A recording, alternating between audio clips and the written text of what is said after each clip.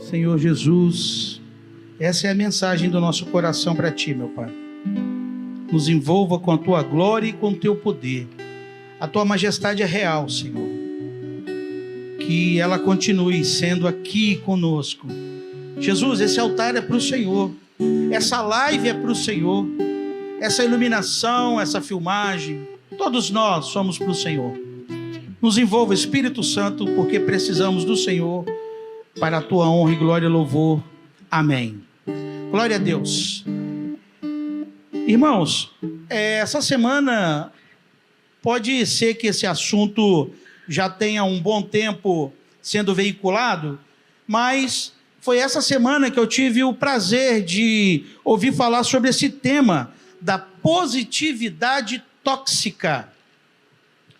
E esse assunto me levou a refletir por alguns textos da Bíblia, e eu já tinha até um tema para poder, já estava tudo prontinho, para poder trazer para a nossa live hoje. Mas o Senhor trocou, Ele mudou tudo. E o tema que eu venho trazer para nós hoje é como identificar as boas amizades. Como entender que esta pessoa em que eu me relaciono com ela ou com ele é uma boa amizade para mim. E a Bíblia tem resposta para isso hoje. A positividade tóxica, ela não é em um todo ruim e maléfico, não. Ela é uma forma de nós entendermos também que a Bíblia também fala sobre a positividade tóxica, mas não da linguagem em que o mundo tem aplicado. Cuidado quando você ouvir psicólogos falarem sobre tal assunto, porque até agora eu procurei em alguns artigos evangélicos e não vi nenhum psicólogo falar sobre este tema. E a linguagem que eles usam para explicar sobre este tema é uma linguagem muito chula. Então envolve aí muita coisa ruim, mas você tirando e absorvendo para você e perante a palavra é um assunto muito pertinente para nós nesses dias. Eu gostaria que você abrisse a sua Bíblia em 1 Samuel, capítulo 17, verso 28. 1 Samuel, capítulo 17, verso 28 até o 32. Nós vamos ver aqui como pessoas que são circundadas por nós todos os dias, no trabalho, dentro de casa, pessoas em que nós confiamos em falar alguns segredos, como que essas pessoas trazem coisas tão negativas para nós.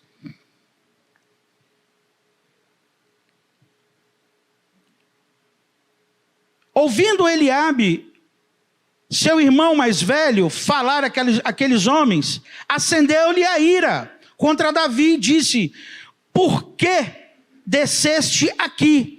E a quem deixaste aquelas poucas ovelhas no deserto? Bem conheço a tua presunção e a tua maldade. Desceste apenas para ver a peleja. Respondeu Davi: que eu fiz agora? Fiz somente uma pergunta. Desviou-se dele para o outro e falou a mesma coisa. E o povo lhe tornou a responder como dantes. Ouvindo todas as palavras que Davi falara, anunciaram-nas a Saul, que mandou chamá-lo. Davi disse a Saul: não desfaleça o coração de ninguém por causa dele. Teu servo irá pelejar contra o filisteu. Pulando aí para o 42. Olhando o filisteu e vendo a Davi, o desprezou, porquanto era moço, ruivo e de boa aparência. Disse o filisteu a Davi: sou eu algum cão para vires a mim com paus? E pelos seus deuses amaldiçoou o filisteu a Davi. E disse o filisteu a Davi: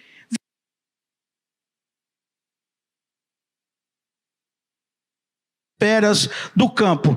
Senhor, esta é a palavra que o Senhor gerou no meu coração.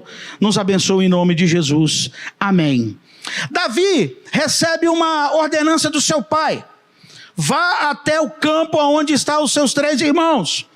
leva para ele esse tipo de alimento e leva também 10 queijos para o chefe da guarda. Davi desce, obediente ao seu pai, desce e vai ao encontro dos seus irmãos. O nome dele, de um deles é Abinadab, e o outro dele é Samar, filhos de Jessé, e o outro é Joabe. Quando ele encontra o povo de Israel, o exército de Israel perfilado, vendo do outro lado um homem com uma estatura muito grande, chamado Golias, afrontando o exército de Israel, dizendo que ali não tinha um homem, que se levantasse um homem para lutar contra ele. Logicamente que o exército de Israel recuou. Aí é que entra a coragem e a fé de um homem abençoado e ungido por Deus. Se Davi voltasse para prestar a atenção no que falou o seu irmão, o rei Saul e o gigante Golias, ele não tinha encarado e ficava amedrontado com a presença daquele homem muito grande e que jogava sobre ele palavras tentando manipular a mente de Davi. Só que hoje, irmãos, nós temos visto também, nós estamos diante de uma grande batalha. O mundo inteiro está diante de uma grande agonia, algo que tem trazido para nós, afetado a nossa emoção e principalmente o nosso psicológico. Eu tenho sempre dito à minha esposa, nós vamos ter trabalho para muitos anos. Muitas pessoas estão doentes, não só da doença, mas porém psicologicamente também. E essa passagem reflete para nós o que nós temos que fazer diante desse grande inimigo. Se você olha para dentro da sua casa, você vê até os seus próprios pais dizendo para você, não vai, não sai, não trabalha. Se você procura um líder, a igreja tem que fechar, a igreja não pode abrir, essa doença ela é letal. Sim, eu não estou menosprezando o adversário, e muito menos Davi também não desprezou esse adversário, ao ponto de Saul virar para Davi e falar com ele, como que você vai lutar com este homem? E Davi vira para ele e fala, mas rei Saul, eu apacento as ovelhas do meu pai, eu tomo conta das ovelhas, eu sou um pastor, e eu aprendi a lutar contra leão e contra urso, ou melhor, eu já matei um leão e rasguei um urso pela mão. Irmãos, isso aqui não está escrito na Bíblia não, mas em alguns livros de história pertinente à passagem de Davi, nós encontramos esse fato de que Davi era treinado com uma funda e uma pedra. Por quê? A distância que ele tinha para as ovelhas e os lobos que vinham. Gente, lobo é um animal muito feroz, muito sagaz.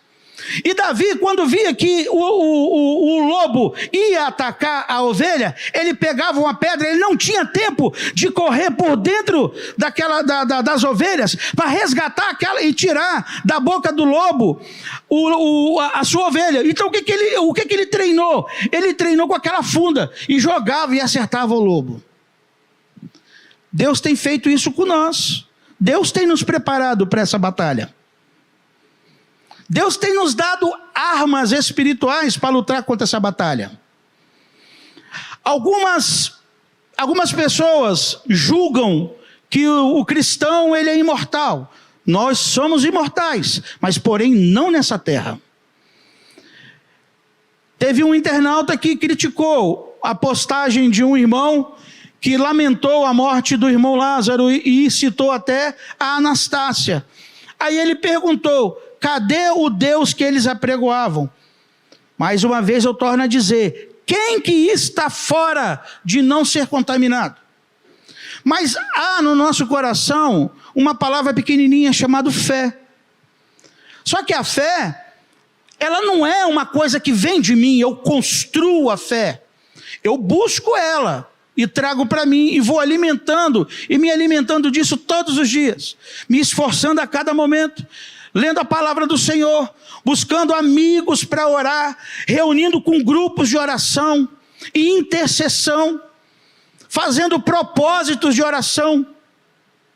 Logicamente que fazendo afastamento, usando máscara, usando álcool em gel, mas não recuando, não dizendo, não baixando a cabeça para essa doença, mas dizendo assim para ela: você vem contra nós, contaminando nós, mas nós vamos contra você com as armas que nós temos, e nós vamos te derrotar pelo nome de Jesus Cristo.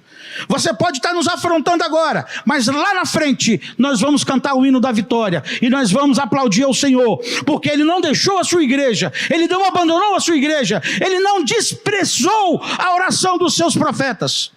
O Senhor, Ele está ligado, o Senhor está esperando o momento da igreja colocar-se na atividade, mas não de locais separados, mas sim de uma união das igrejas, em prol dessa luta, para nós destruirmos essa doença, a doença chamada coronavírus. E além de tudo também, no nosso país nós temos um outro gigante, chamado corrupção.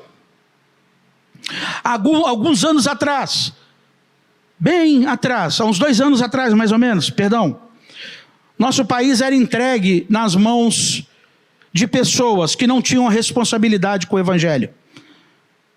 Nós não tínhamos uma pessoa que orasse num Congresso Nacional. Nós não tínhamos uma pessoa que pegasse e no plenário falasse João 8,32. E conhecereis a verdade, e a verdade vos libertará. Mas a vitória é nossa, a vitória é da igreja, em nome de Jesus Cristo. E Saul vira para ele e fala bem assim: tudo bem, vai para essa batalha. Aqui vem um aprendizado, irmão. A batalha que você tem que lutar, que Deus te colocou, ela é sua. Você que tem que ter as suas armas, você que tem que estar preparado. Para com esse negócio de que eu vou pedir para orar aqui, pedir para orar ali, pedir para orar lá. Bota o seu joelho no chão, clame ao Deus Todo-Poderoso, e Ele vai vir ao seu encontro. Eu tenho certeza que Ele vai trazer para você uma resposta que vai aliviar o seu coração e tirar esse fardo pesado que você está sobre a sua vida, sobre o medo, sobre a opressão, sobre a depressão. E Saul pega ele e fala assim: use essas armas, coloque essas armaduras minhas. E ele botou a armadura do rei, só que o rei era desse tamanho. O rei era mais ou menos da altura aí de Braz, e Davi mais baixo do que eu. Como que couber uma armadura de um homem grande numa criança pequena? Quando ele colocou a espada, que ele começou a andar, ele falou: não, para, arranca esse troço tudo, eu vou usar o meu dom que Deus me deu, que Deus me treinou durante todos esses anos. Quando ele passa a mão, entra na frente. Gente, eu estou passando por cima de muita coisa interessante aqui, mas é porque nós temos mais outros assuntos para falar, outros textos. Quando aquele homem olha para ele e começa a dizer, no verso 42, olhando o filisteu e vendo Davi, o desprezou, porquanto era moço, ruivo, de boa aparência. Disse o filisteu a Davi: sou eu algum cão para vires a mim com paus? Ele deve ter olhado aquela funda, mas só que ele não prestou atenção no alforje. O que tinha dentro? Quantas pedras que tinha ali dentro? Irmão, batata, certeiro. O dom que Deus te deu, irmão, vai fazer derrubar gigante na sua casa também. Aqui fora está tudo espalhado, mas dentro da sua casa pessoas estão precisando de ajuda. Dentro da sua casa tem o seu pai, tem a sua mãe, tem seus irmãos. Muita gente é abatido Muita gente desesperado, pensando em fazer besteira, com a sua fé ruída. Mas esse texto vem trazer para nós a lucidez. Tenha fé, acredite no seu dom, acredite no nosso Deus, porque Ele tem providência para nós. Em nome de Jesus Cristo. E o resultado dessa batalha não teve outra a não ser a vitória. O filisteu falou: eu vou pegar sua carne, eu vou jogar ele, vou espalhar, eu vou fazer você em pedacinhos. Quando anunciou a hora da batalha, aquele rapaz ruivo, baixinho, lançou a pedra e foi certeira. Caiu por terra o gigante, em nome de Jesus Cristo. E ali sacramentou com a própria espada dele, arrancando o seu pescoço e dando a vitória para o povo de Deus. E é assim, meu irmão, é assim. Você tem que acreditar em Deus, firmar seus pés em Deus e firmar neste povo que ora, firmar neste povo que busca, porque esses são os profetas do Senhor, esses são os profetas que estão caminhando no meio do caos, não dando ouvidos para pessoas, parentes, como Eliabe falou: cala a tua boca e não fala. Para que você está falando isso?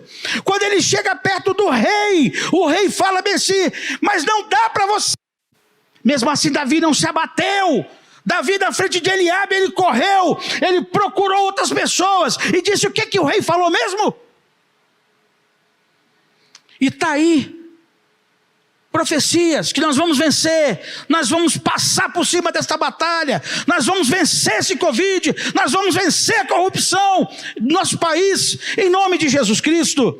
E eu gostaria também de trazer para nós aqui a mensagem que está no livro de Marcos, capítulo 10, versículo 46, sobre o cego Bartimeu. E eu volto à pergunta de novo: você está sabendo escolher as suas amizades? Você está sendo envolvido por pessoas tóxicas? Ou você está sendo envolvido por aquilo que você crê, pela sua fé? Bartimeu, quando ouviu falar que Jesus saía de Jericó, preste atenção nisso, olha a oportunidade que esse homem teve. Lá no livro de Mateus diz que eram 2, mas aqui no livro de Marcos era 1, mas todos 2 tiveram a mesma bênção. Quando Bartimeu ouviu falar que Jesus ia passar, aquele homem começou a gritar, começou a dizer, começou a berrar, e as pessoas que estavam do lado dele disseram para ele se calar. Como que Jesus iria ouvir a voz dele no meio daquela grande multidão? Mas Bartimeu não se deu por derrotado. Bartimeu, ele começou a falar mais alto, começou a gritar: Jesus, Jesus, Jesus. Jesus ouve o grito dele, a aflição. Foi como a mulher do fluxo de sangue, que só tocou na orla, saiu virtude de Jesus na hora. Ele ouviu a voz daquele homem, daquele coração aflito. Davi falou: chama esse moço. Jesus, quando falou: vem Bartimeu, que o mestre mandou te chamar, aquele homem, ele pega aquela coisa, aquela cama que acompanhava ele, ele falou bem assim: cama, nunca mais, e joga fora, e vai ao encontro de Jesus. O que Jesus fala com Bartimeu? Ei, o que você quer que eu te faça? Bartimeu disse: eu quero voltar a enxergar. Jesus não aguentou a fé daquele homem, e Jesus falou: não foi o seu grito, não foi a voz da multidão, não foi o seu coração, foi a tua fé. A tua fé te salvou. Gente, a história deste homem Bartimeu, ela é linda. Este homem era filho de Timeu, homem de guerra, foi arrancado os seus olhos, não foi furado não, a história diz que foi arrancados. Olha a fé deste homem. E um detalhe, preste atenção nisso: Jesus estava saindo de Jericó, Jesus nunca mais iria voltar em Jericó. Olha a esperança chegando para você e agora. Olha Jesus aí, ó. Jesus está prometendo: eu vou voltar, eu vou buscar a minha igreja, eu vou buscar, eu vou vir agora como juiz, como justo juiz, e ninguém lá fora está acreditando. Isso aconteceu no tempo de Noé. Outro homem de fé. Imagina 120 anos aquele homem ouvindo falar: louco, louco, louco, louco, maluco, o que é isso? Para que isso? Fazendo um troço desse tamanho. Noé não deu ouvidos às amizades tóxicas. E ele continuou a saga construindo a barca. Ou arca, conforme você queira interpretar. E o que aconteceu, irmãos? Caiu o grande dilúvio, abriu-se o abismo e a água inundou tudo.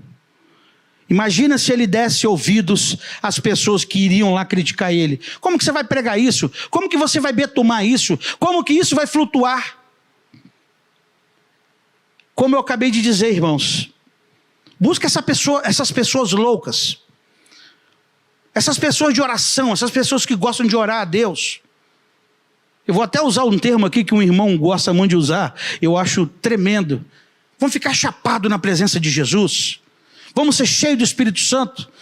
Não vamos tropeçar as pernas por causa de bebida, não. Vamos ser cheios do Espírito Santo. Assim Jesus falou. Para que beber vinho? Enche do Espírito Santo, que é muito melhor. E eu quero compartilhar aqui mais uma amizade. Um homem chamado Jairo. A história dele está no livro de Marcos, capítulo 5, iniciando no 21, terminando no 43. Jairo, um homem intelectual, um homem da alta sociedade. A filha estava lá reunida na casa dele com os amigos, todo mundo chorando. A Bíblia diz que, a história bíblica diz que naquela época existiam em funerais pessoas que recebiam dinheiro para poder chorar nos funerais. Eu nunca vi disso, mas amém, cultura. E os amigos dele estavam lá: vai morrer, vai morrer, vai morrer, vai morrer, está morrendo. Alguém falou: ó, Jesus está aí, curou já um monte de gente, hein? Jairo não perdeu tempo.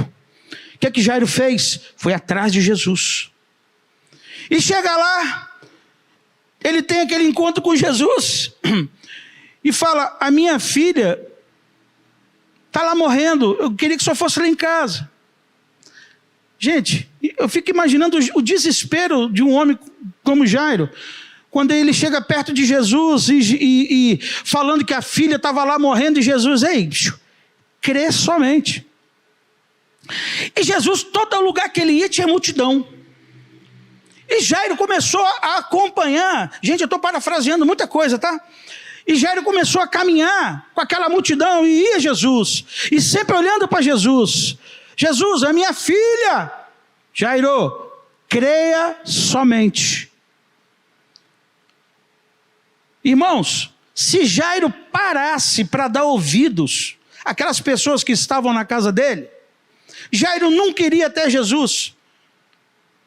Sempre temos a esperança, sempre carregamos no nosso coração, e ninguém entende isso, irmão. Isso é fé, que Jesus, de uma hora para outra, Jesus vai virar, Jesus vai mudar, Jesus tem poder para isso.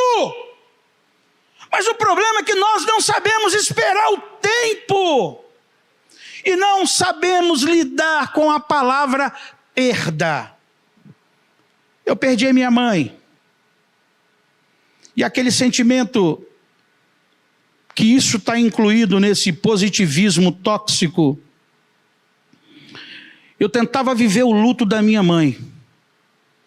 Eu tentava chorar o luto da minha mãe.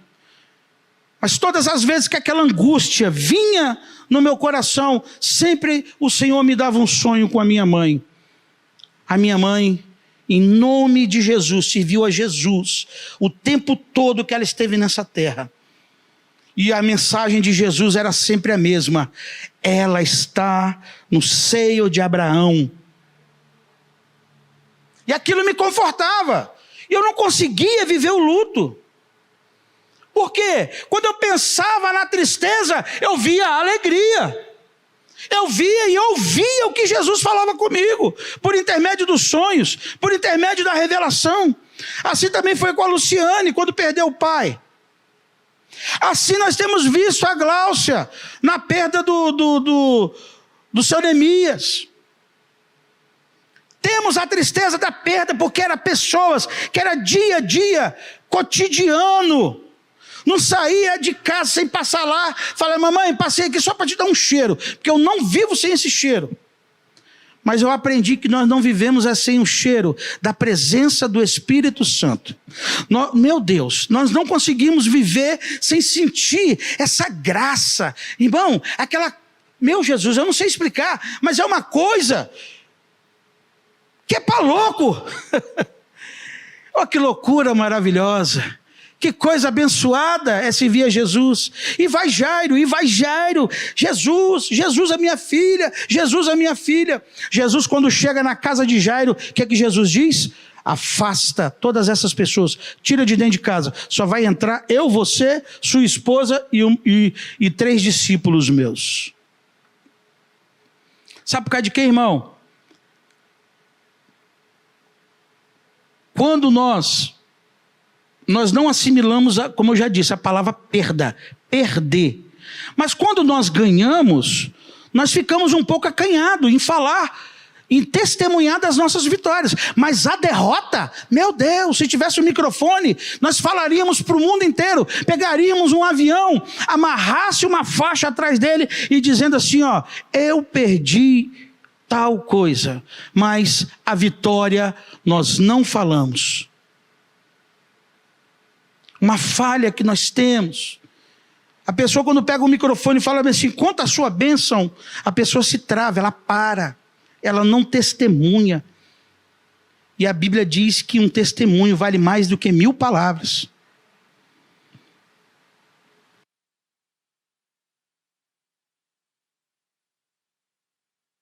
Ela é uma coisa de louco. Quando você começa a buscar versículos e você vai ver paralelos da primeira aliança com a segunda aliança, você vai ver que ligação que tem a primeira aliança com a segunda, e você começa, o Espírito Santo te dá assim, ó, um oceano para você escolher o que você quer pegar dali para você transmitir. Tem muita coisa para falar sobre amizades tóxicas, amizades que nós não temos que estar com ela do nosso lado, amizades que nós temos que, ó, fica para lá, porque aqui vai prevalecer a fé. Eu digo para você que, segundo aos Coríntios, capítulo 5, fala, visto que, meu Deus, agora que eu estou sem óculos, falei, o óculos está embaçado, mas eu estou sem. Visto que andamos pela fé e não por aquilo que vemos. Nós temos que engatar no nosso coração, fazer essa junção, essa ligação de nós com a fé. E a Bíblia diz que isso é um dom, e um dom que vem de Deus. E eu quero compartilhar com vocês agora alguns versículos aqui de nós termos boas amizades. Eu quero trazer à nossa memória aqui alguns amigos que quando soube que Jesus estava em Cafarnaum e viu que Jesus estava curando ali, gente, foi o lugar que mais Jesus fez mais milagres. Nós estivemos lá em Cafarnaum, na casa da mãe de Pedro, olha que maravilha, na sogra de Pedro, perdão. Tivemos lá, praticamente o cara falou bem assim, era aqui, ó, aqui que Jesus curou a sogra de Pedro, o nosso guia. E esses amigos, se compadecendo da doença desse amigo acamado, ficou sabendo que Jesus estava lá. O que esses homens fizeram? Opa, se eu não me engano aí, a Bíblia fala que são 3 amigos. Pega a cama e fala, vamos lá, vamos até Jesus. Jesus está lá na casa da irmã. da sogra de Pedro. Quando eles olham para aquela casa, pensaram, meu Deus, de novo, onde Jesus está? Multidão. Mas aquelas pessoas, eles olharam a dificuldade e falaram bem assim, eu creio, né? Eu conjecturando, eu creio que o doente virou, olhou também e falou assim, gente, é melhor a gente ir para casa, hein? Aí os colegas, calma, deixa comigo. Calma que tem uma esperança ainda. Olha que maravilha. Como que é bom, gente. Como que é bom a gente ter amigo. Como que é bom a gente ter amigo de verdade. Amigo que fala a verdade. Amigo que não fica enrolando a gente. Hoje mesmo eu tive uma experiência dessa. Liguei para um irmão aqui da igreja, era 8 horas. O irmão acordou. Eu falei, não, irmão, porque eu queria abrir a igreja lá que a gente vai ensaiar as músicas lá com um músico novo. E a Beatriz, o irmão, coisa linda isso, eu não estou criticando não. Todo mundo no carro aplaudiu a atitude desse irmão, ele falou, irmão, 9 horas eu estou lá na igreja. Não é melhor assim do que a pessoa ficar te rodeando, te passando a mão na sua cabeça e você esperando, e cadê o irmão? Cadê o irmão? Aí 9 horas o irmão vem. Não era melhor? Não foi melhor? Não, irmão, 9 horas eu estou lá na igreja. Por quê? Esse sim, não. Não é pessoas que ficam pegando você e te bajulando pelo aquilo que você tem. Não é pessoas que ficam medindo você por aquilo que você tem no bolso, mas olhando dentro dos seus olhos, se compadecendo do amor de Cristo que Jesus tem por você. Porque Jesus, ele não deu só a vida dele não, irmãos. Jesus, ele deu foi a vida. Jesus deu para ele o sangue. E este sangue está sobre nós, este sangue está sobre a igreja, este sangue está sobre essa autoridade de Jesus, está sobre mim, está sobre você. E a palavra é essa, aonde você tocar a sua mão será abençoado. Agora o que precisa é crer, acreditar, ter fé. Parar de sair um pouquinho de rede social, ver televisão. Gente, leia a Bíblia. Essa sim vai trazer para você um norte. Essa sim vai trazer para você uma direção. Essa sim vai trazer para você um refrigério. Porque a vontade de Deus, preste atenção nisso, Romanos capítulo 11, versículo 2. A vontade de Deus é boa, ela é perfeita e ela é agradável. Perdeu. Jesus vai ver você no seu luto. É necessário luto, mas ele vai te dando o refrigério. Eu lembro do povo quando passava por Mara, vindo do deserto, passou lá, xingou Moisés, você trouxe a gente para morrer de sede, essa água não presta. Mas gente, se você ver só um pouquinho mais para frente, você vai ver que ia ter 12 fontes de água mineral e 70 palmeiras. Ou seja, passou pela dificuldade, depois é sombra e água fresca. Nós vamos passar por isso, irmãos. Nós vamos passar por isso em nome de Jesus. E esses 3 homens abrem um buraco no teto da casa da sogra de Pedro. Eu fico imaginando a sogra de Pedro. Devia ser aquelas mulheres igual a minha sogra, braba, fala poucas e boas. Para que você sujou esse chão? Minha sogra não pode ver uma sujeira no chão. Imagina destelhar a casa dela. E aquele Jesus, vendo eles descendo aquele homem na cama, Jesus, as pessoas que estavam lá, viu ele entrar com a cama.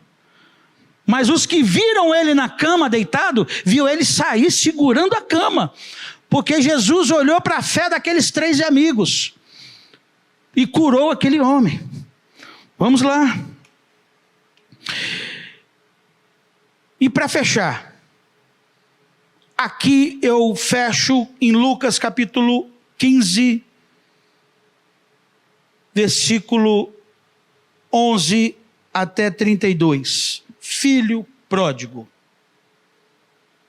Gente, como que eu aprendo lendo cada vez sobre a história desse rapaz. Se rebelou, pediu a parte dele da fazenda, o pai não segurou ele, deu a parte dele. Em pouco tempo a Bíblia diz que ele saiu, foi para o mundo. Chegou lá no mundo, perdeu tudo, gastou tudo absolutamente. Quando ele para e pensa e olha para a casa do pai, ele, meu Deus, o que eu fiz? Aquele homem se arrependeu. Aquele rapaz se arrependeu. Ele fala, eu vou comer mais bolotas de porco não, eu vou voltar para a casa do meu pai. Eu vou servir o meu pai lá, eu vou trabalhar, porque lá tem pão. Olha só, você que está aí, ó, afastado do evangelho, é tempo de você refletir sobre esse filho pródigo. O filho pródigo, a palavra pródigo, é aquele que está afastado. E Jesus hoje está falando, venha, venha filho pródigo. Venha para cá porque eu vou te botar na sua mão um anel. Eu vou te dar uma capa nova e vou colocar sobre os seus pés sandálias. O arrependimento desse rapaz mexe muito comigo quando falo em arrependimento. E eu encerro por aqui, irmãos. Em nome de Jesus Cristo,